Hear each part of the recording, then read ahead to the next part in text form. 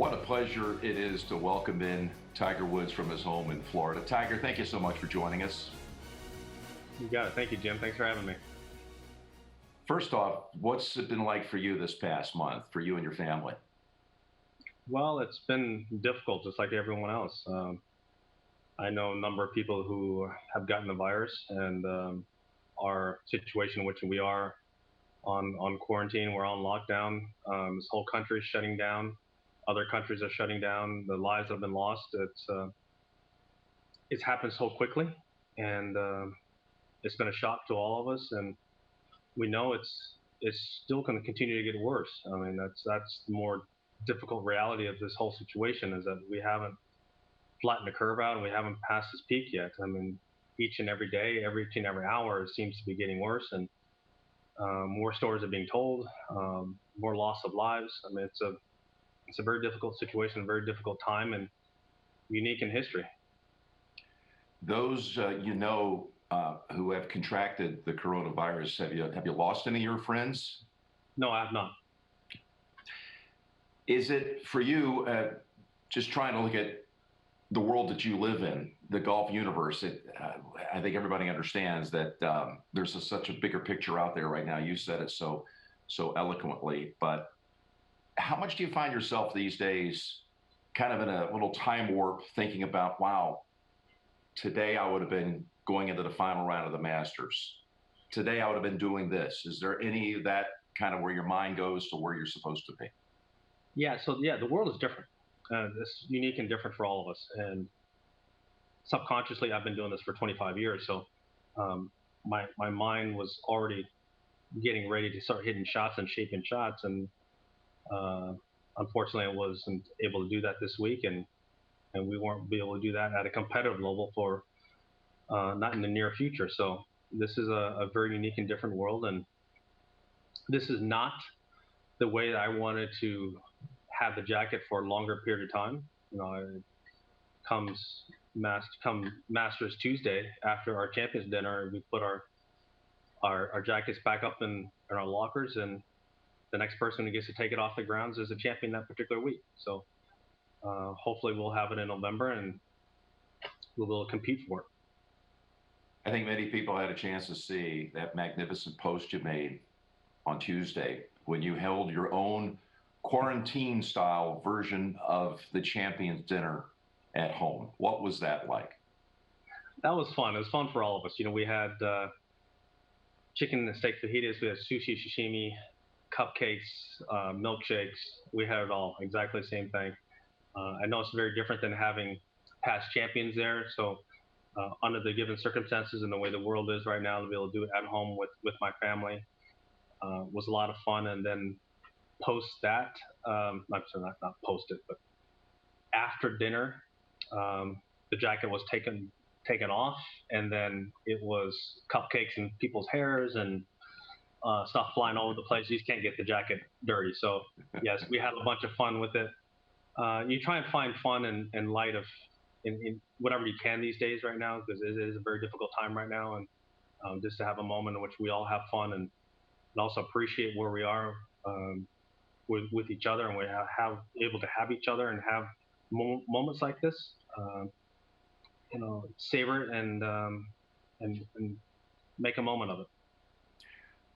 When we last saw you compete at Riviera, at your tournament, the Genesis, you weren't 100%, and you missed some tournaments that you normally would play in March. Had the Masters been contested, had we never had this thing called coronavirus, what kind of shape do you think you would have been in for this year's tournament?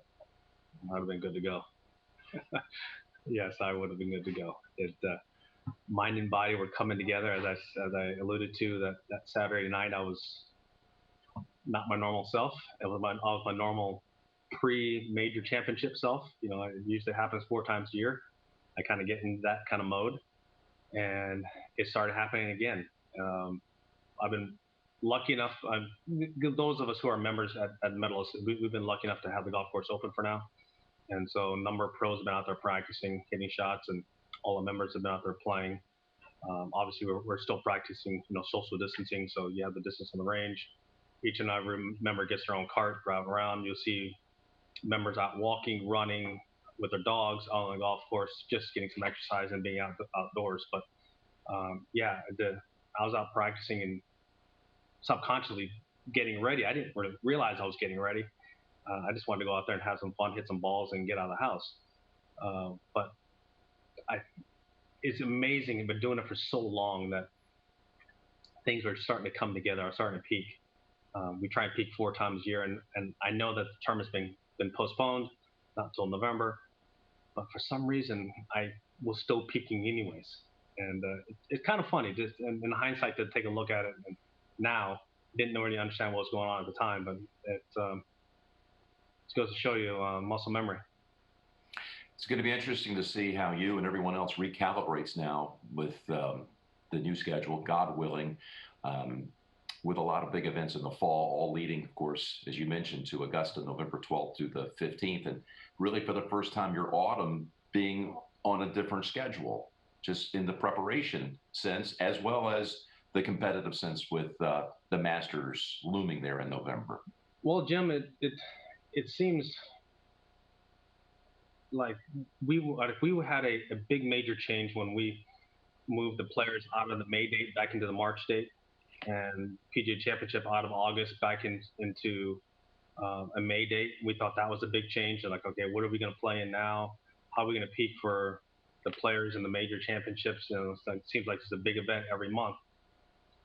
Lo and behold, that was easy compared to this late summer, fall schedule potentially. There's so many big events all crammed together that it's incredible to try and figure out, what are we going to do, how are we going to do it, and we're all in the same boat. There are a lot of guys that have missed their playing opportunities to secure their card. They're just getting on tour. They just don't have those opportunities. We haven't played major championships. We've lost hundreds of millions of dollars on the PGA Tour, all the local charities in which have been impacted by us not playing events in these areas, in these various markets. It's been tough on all of us. And the fact that there is light at the end of the tunnel, maybe we'll be able to get back to playing golf at a competitive level late summer, will be exciting for all of us. Boy, wouldn't we all love to see that happen? Let's hope so. Well, we're enjoying today the look back to last year's Masters that, some will rank it as the best ever. Certainly as rich a storyline as anything ever. And here we are early in that final round coverage. Just a comment about where you were with your game going into the 2019 Masters, Tiger. Well, going into the event, I finally had figured out I had a little neck injury. That's one of the reasons I didn't play Bay Hill. And I changed shafts right before the Masters to try and lessen the torque on my neck. Because obviously with my spine being fused, stresses go other places, and it's happened to go up in my neck.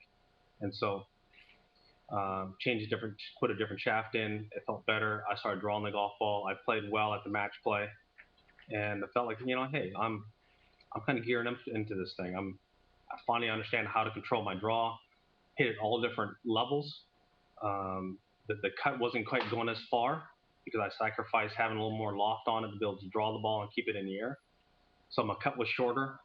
There are times when I hit my little cut driver out there and it was going shorter than my 3 would, but I'm like, oh well, it's in a fairway. Let's just move on.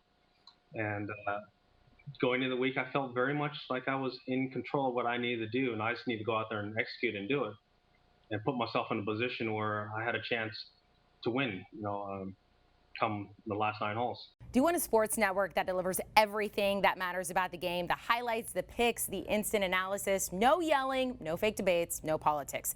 Hit the subscribe button and never miss a moment.